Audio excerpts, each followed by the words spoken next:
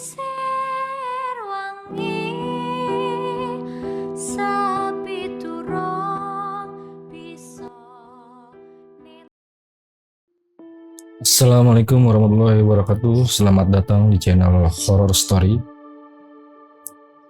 Untuk kali ini ada kisah horor yang menarik dan pastinya seram yang berjudul Cermin Terlarang di Rumah Belanda Tua.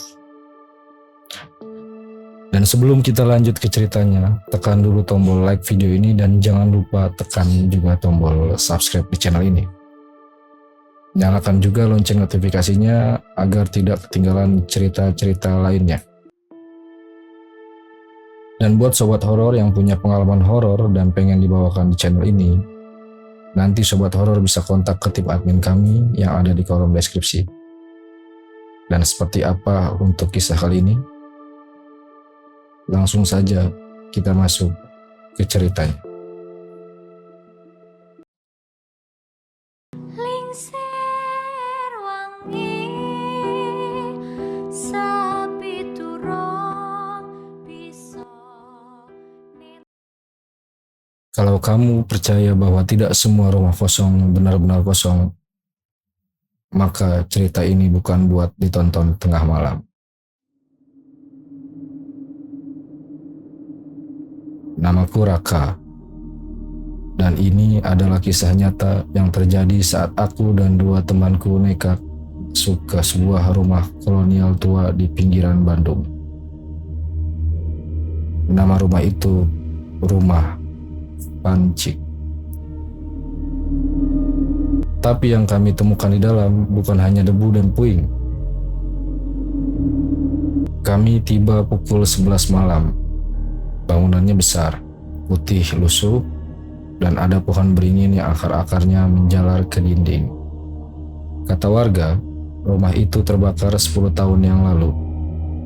Tapi malam itu, rumah itu berdiri utuh di hadapan kami. Kami masuk lewat pintu belakang yang entah kenapa tidak terkunci. Dan begitu masuk, suasana langsung berubah. Suhu dingin, bau kapur barus busuk, dan suara langkah lebih dari 3. Di ruang tengah ada lukisan tua. Tergambar wanita Belanda dengan mata tajam. Sejak saat itu, temanku Mita bilang ia merasa seperti diperhatikan. Kemudian, kami naik ke lantai 2. Lorong panjang, kamar-kamar tua, semua terkunci, kecuali satu. Di ujung pintunya tertulis Verboden Toigang, dilarang masuk. Lalu kami paksa masuk. Kosong, hanya ada cermin besar dan kursi goyang. Saat Reza mencoba foto selfie di cermin, dia bilang, ada bayangan di belakangku. Aku lihat ke cermin, memang ada.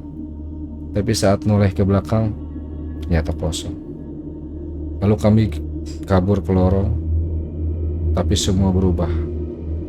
Lorong lebih panjang, tangga menghilang, lukisan wanita tadi kini muncul di atas dan wajahnya berubah menjadi tersenyum. Beberapa hari setelahnya, Mita hanya bisa menggambar satu wajah, yaitu wajah wanita itu. Dan suatu malam, Reza menghilang dari rumah sakit, yang tertinggal hanya pantulan dirinya di cermin sedang tersenyum.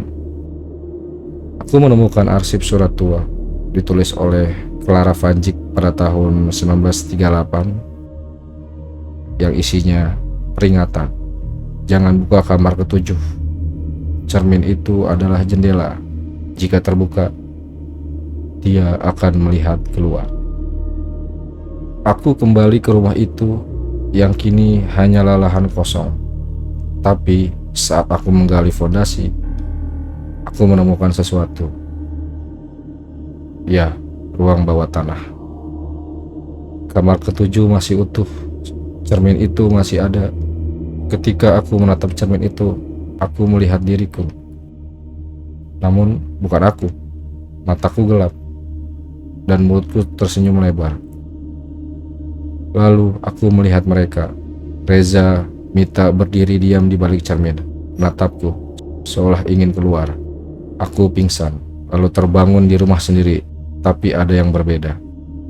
Kamera vlog kami masih merekam, dan saat aku lihat hasil rekaman terakhir, pantulan di cermin itu masih berdiri, dan itu bukan aku.